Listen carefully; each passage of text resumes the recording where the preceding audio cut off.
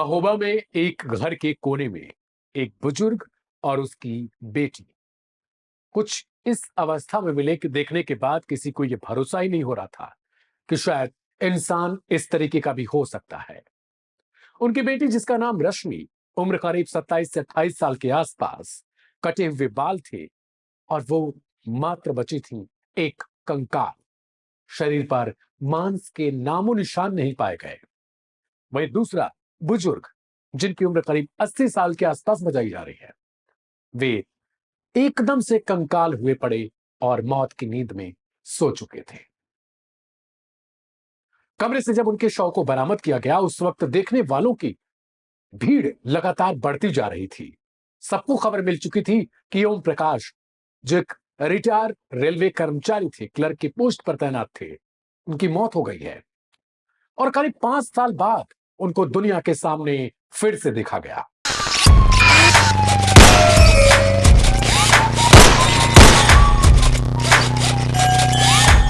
नमस्ते, मेरा नाम है दिव्यांशु। क्राइम कथा के आज के इस एपिसोड में एक खौफनाक और डरावनी कहानी। यह सच्ची घटना महोबा के टायर वाली गली के एक मकान की है। करीब 5 साल पहले ओम प्रकाश और उनकी बेटी रश्मि को दुनिया वालों ने देखा था, यानी महोबा के उनके परिजनों ने, उनके रिश्तेदारों ने, उनके जानने वालों ने। लेकिन 5 साल से ओम प्रकाश का कोई अता पता नहीं था। यहां तक उनके भाई अमर को भी इस बात की जानकारी नहीं थी कि आखिरकार उनके भाई ओम प्रकाश गए कहां। ओम प्रकाश रेलवे में तैनात हुआ करते थे। करीब 2015 के आसपास राजस्थान में उनकी आखिरी तैनाती थी क्लर्क के पोस्ट पर। उस दौरान जब वो रिटायर हुए, तब उनके साथ उनकी पत्नी भी रहा करती थी। उनकी एक दिव्यांग बेटी भी, रश्मि जिनका नाम है, वो भी रहा करती थी। लेकिन साल 2016 में दुर्भाग्यवश उनकी पत्नी की मौत हो गई। इसके बाद ओम प्रकाश और उनकी बेटी रश्मि अकेले हो गए। ओम प्रकाश की उम्र भी बढ़ती जा रही थी। उन्हें किसी ने इस बात के लिए कहा कि कोई नौकर नौकरानी रख लीजिए। इतना बड़ा आपने हवेली बनवा रखा है, इतना बड़ा मकान बनवा रखा है, कोई धूप दीप जलाने के लिए भी होना चाहिए। ओम प्रकाश को लगा कि सही बात है। उन्होंने इसके लिए राम प्रकाश और राम देवी नाम की एक महिला और एक पुरुष, जो दोनों पति पत्नी थे, उन्हें नौकर और नौकरानी के रूप में रख लिया। उन्होंने उनके लिए हर एक चीज की, सब कुछ दिया और यहां तक ऑफर था कि वे लोग यहीं पर रहें। ये दोनों झाड़ू पोछा करते, खाना बनाते, ओम प्रकाश और उनकी बेटी का खूब ख्याल रखते थे। शुरुआत में इन लोगों ने ओम प्रकाश का दिल जीत लिया। ओम प्रकाश अब बाकायदा अपने मकान के जो ग्राउंड फ्लोर हुआ करता था, उस पर रहने लगे और ऊपर वाले कमरे में इनके नौकर नौकरानी रहते थे। खाना पीना बनाते और ये एक दूसरे के कमरे में चले जाया करते थे। जब मन करता कहीं आते जाते, खूब पैसा खर्च करते। लेकिन धीरे धीरे इन दोनों के मन में एक ऐसा ख्याल आ गया जिसे सुनने के बाद आपकी रूह कांप जाएगी। हमारे देश में ऐसे लोगों की तादाद लगातार बढ़ती जा रही है कि मैं, मेरी पत्नी और मेरा बेटा, बस यही उनका परिवार है। अब पल भर के लिए आप सोचिए, ईश्वर ना करे कि आप, आपकी पत्नी, आपकी बेटी में से किसी एक की डेथ हो जाए। और दुर्भाग्य सोचिए कितनी खराब कंडीशन थी ओम प्रकाश के साथ कि उनकी जो बेटी थी वो दिव्यांग थी, चल फिर भी नहीं सकती थी सही तरीके से। ओम प्रकाश के पास एक ही ऑप्शन था, नौकर नौकरानी, यानी किसी सर्वेंट को रखना। ठीक ठाक सैलरी पर उन्होंने इन लोगों को रख रखा था। और अगर कोई हादसा आपके साथ इस तरीके से हो तो सोचिए वो सिचुएशन क्या होगी। बेटी चल फिर नहीं सकती, आप कभी बाहर चले गए, या बेटा आपका रहे जो चल फिर नहीं सकता, आप कहीं बाहर गए तो सोचिए शायद उसे एक गिलास पानी देने के लिए भी सहारा नौकर और नौकरानी के ऊपर रहेगा। और अगर वो ना दे तो? कुछ यही किस्सा ओम प्रकाश के साथ भी घटता जा रहा था। ओम प्रकाश अपने कमरे में खाना पीना खाने के बाद अखबार पढ़ा करते, बैठते, टीवी देखते, जैसे तैसे उनका जीवन यापन चल रहा था। यह बात कोविड काल के दौरान की है। लेकिन जब नौकर नौकरानी यानी राम प्रकाश और राम देवी के मन में यह ख्याल आने लगा कि इनकी बेटी है, वो भी दिव्यांग है और ये खुद भी बुजुर्ग हो चुके हैं, हम लोग ऐसा क्यों नहीं करते कि मकान के बिजली बिल और जो बिल बाकी के आते हैं उन सबको अपने नाम पर करवा ले। राम प्रकाश को भी लगता है कि बहुत सही, नाम भी उनका ओम प्रकाश है।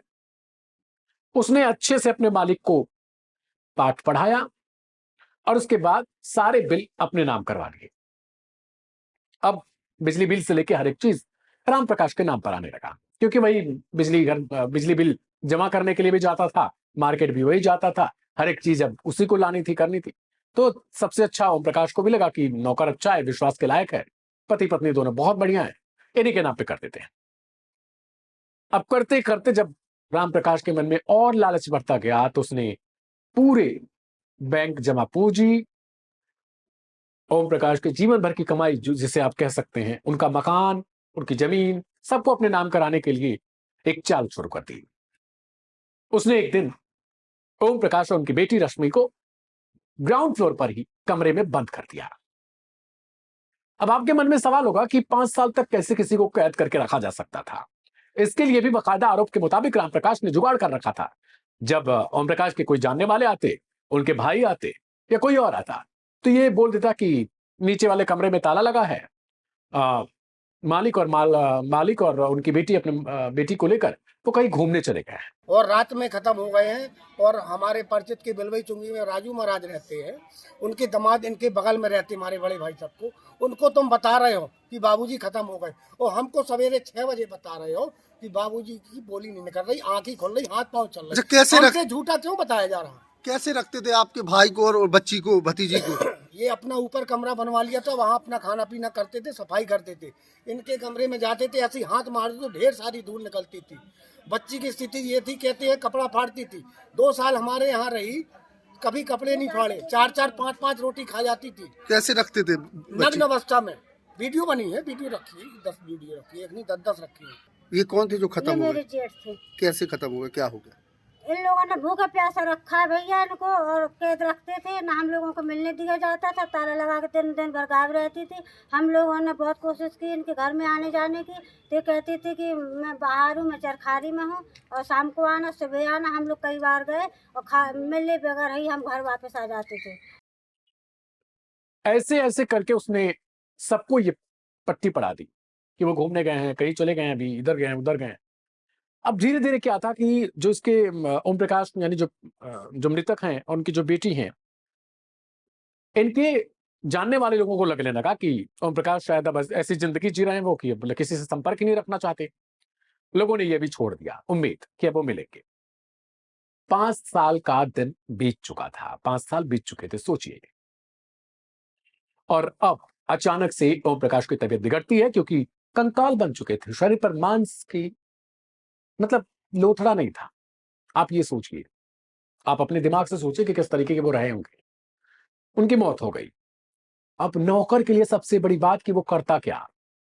उसने तत्काल सूचना अगल बगल वालों को दी कि उनकी डेथ हो गई है, और फिर इसकी पत्नी को लगता है कि हम पकड़े जाएंगे, और अगर कोई कंडीशन देखेगा तो वो तो बहुत ज्यादा खराब और दयनीय, भयभीत करने वाली, डरावनी है।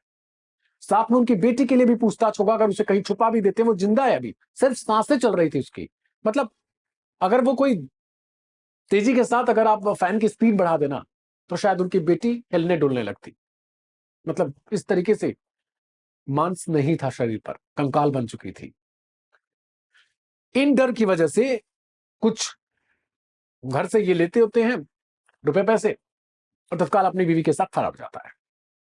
अब जब पड़ोसी पहुंचते हैं, उनके भाई को भी सूचना दी जाती है, अमर को, वो भी पहुंचते हैं, तो वहां पर पता चलता है कि असल में इन्हें 5 साल से कैद करके रखा गया था, क्योंकि ये 5 साल पहले उन लोगों की मुलाकात हुई थी, और तब से अब तक ये स्थिति है।